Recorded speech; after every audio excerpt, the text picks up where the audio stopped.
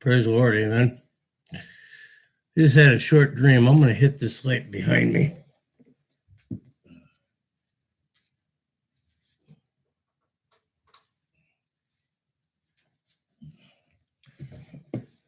I don't like the glare. I thought it was very interesting, and I felt I'd share it with you. Had to do with us, I believe it's us. It's the Army of God. We were in an underground bunker. And the reason I know this is the dream began with my having pierced the enemy with a dagger near to his heart, but missed the heart. And so the young man, or the sergeant, I guess he was, or whenever I see a younger man and an older man, or a higher ranked man and a lower ranked man who are both above me, I see the Father and the Son. So regardless of their ranks. Anyway, the younger man, the lower ranked man, was explaining to me, we had this enemy and I had stabbed him, how to hit the heart. Well, he goes ahead and stabs this enemy with a dagger, and he misses. And so he goes away for a while, and while he's gone, the enemy comes back to life.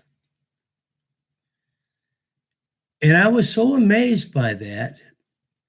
And it was like a warrior's code that anybody who survives the attack or the piercing of the heart,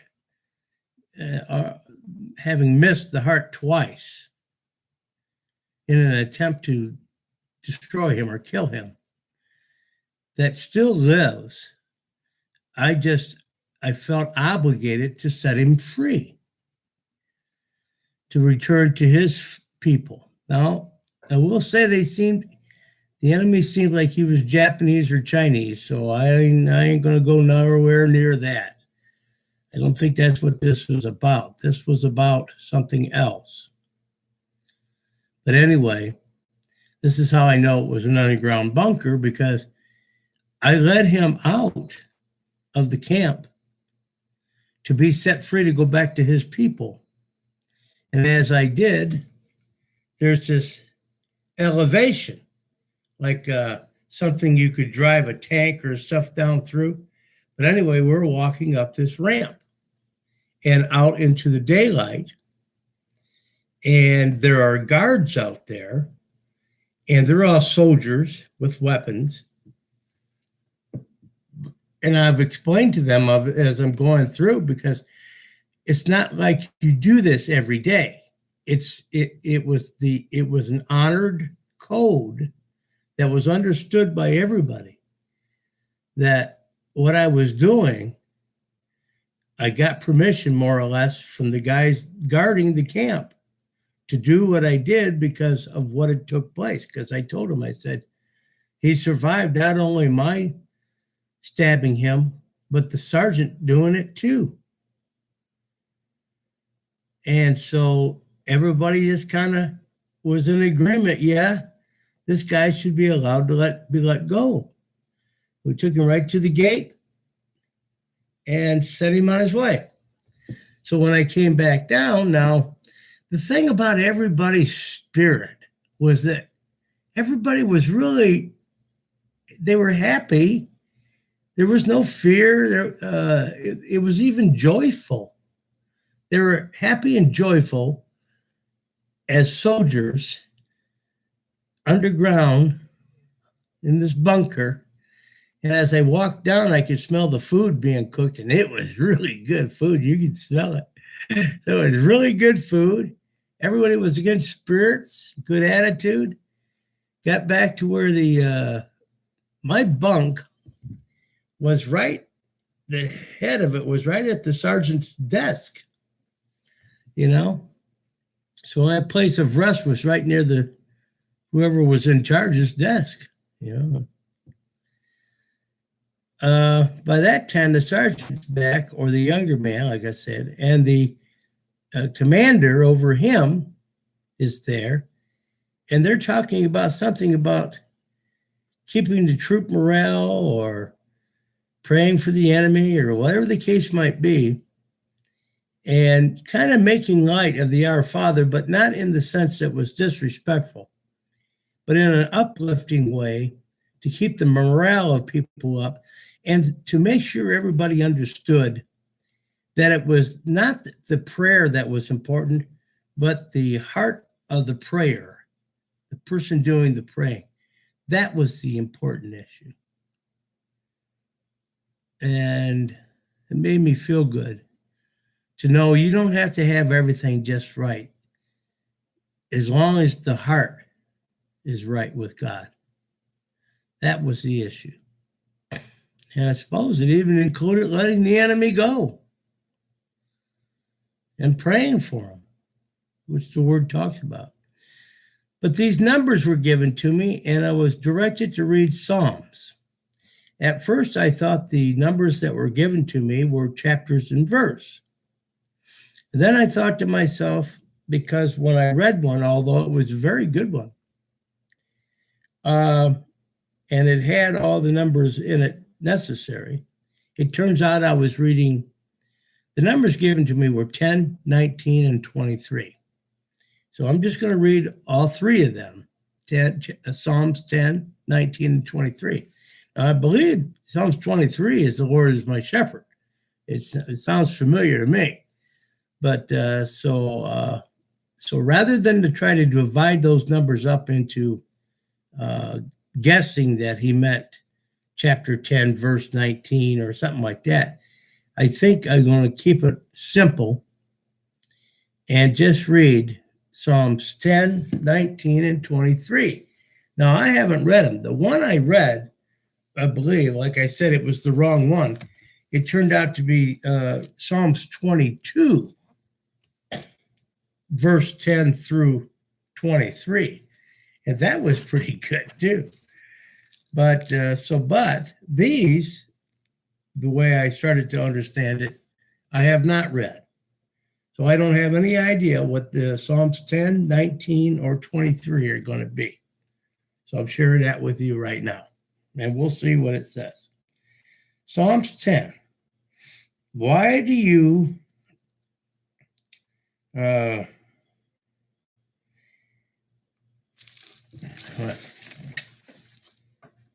the only problem about turning that light off was I don't have enough light to see this Bible. Why do you stand afar off, O Lord? Why do you hide in times of trouble? I'm going to turn the light back up so we don't have any trouble.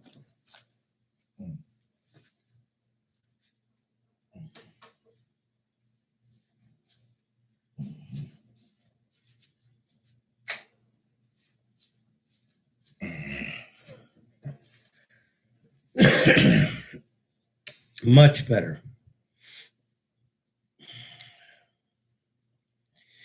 Okay, why do you stand afar off, O Lord?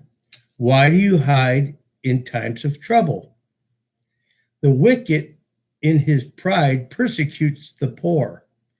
Let them be caught in the plots which they have devised. For the wicked boast of his heart's desire. He blesses the greedy and renounces the Lord. The wicked in his proud countenance does not seek God. God is in none of his thoughts. His ways are always prospering.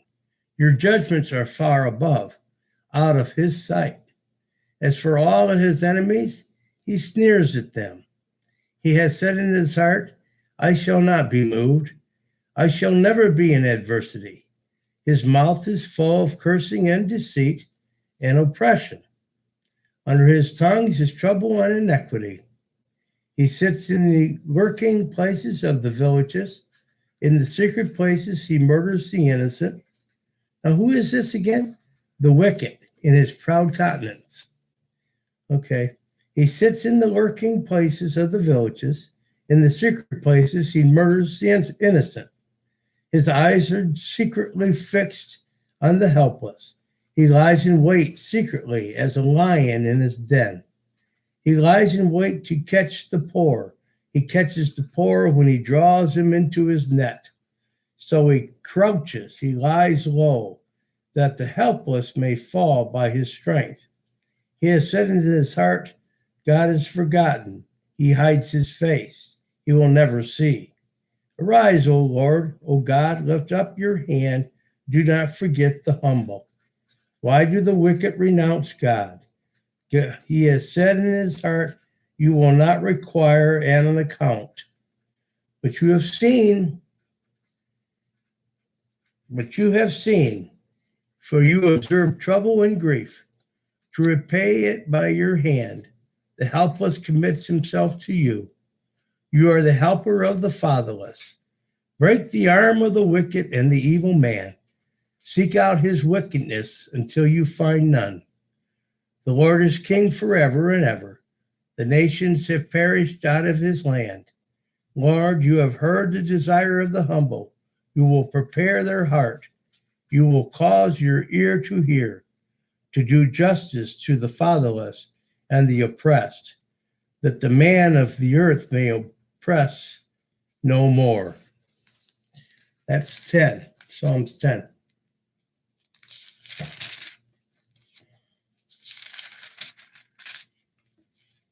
It was 10, 19, 23. 19. The heavens declare the glory of God, and the firmament shows his handiwork. Day unto day utters speech, and night unto night reveals knowledge. There is no speech nor language where their voice is not heard. Their line has gone out through all the earth, and their words to the end of the world. In them he has set a tabernacle for the sun, which is like a bridegroom coming out of his chamber, and rejoices like a strong man to run its race. Its rising is from one end of heaven, and its circuit to the other end, and there is nothing hidden from its heat. The law of the Lord is perfect, converting the soul. The testimony of the Lord is sure, making wise the simple. The statutes of the Lord are right, rejoicing the heart. The commandment of the Lord is pure, enlightening the eyes. The fear of the Lord is clean, enduring forever. The judgments of the Lord are true and righteous altogether. More to be desired are they than gold, yea, than much fine gold. Sweeter also than honey and the honeycomb. Moreover, by them your servant is warned, and in keeping them there is great reward. Who can understand his errors? Cleanse me from secret faults.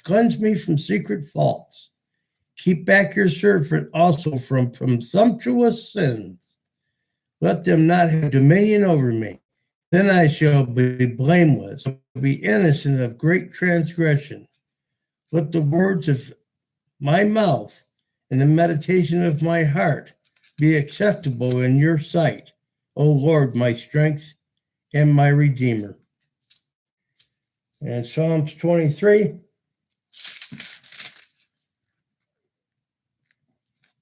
Yeah. The Lord is my shepherd. I shall not want. He makes me to lie down in green pastures. He leads me beside still waters. He restores my soul. He leads me in the paths of righteousness for his name's sake. Yea, though I walk through the valley of the shadow, for you are with me. Your rod and your staff, they comfort me. You prepare a table before me in the presence of my enemies. You anoint my head with oil. My cup runs over. Surely goodness and mercy shall follow me all the days of my life, and I will dwell in the house of the Lord forever. Amen. 10, 19, 23. That's the numbers were given to me, and it said, and I heard Psalms. So my prayers, your prayers, our prayers, who knows? 10 and 23. I think there's a lot in there. Amen.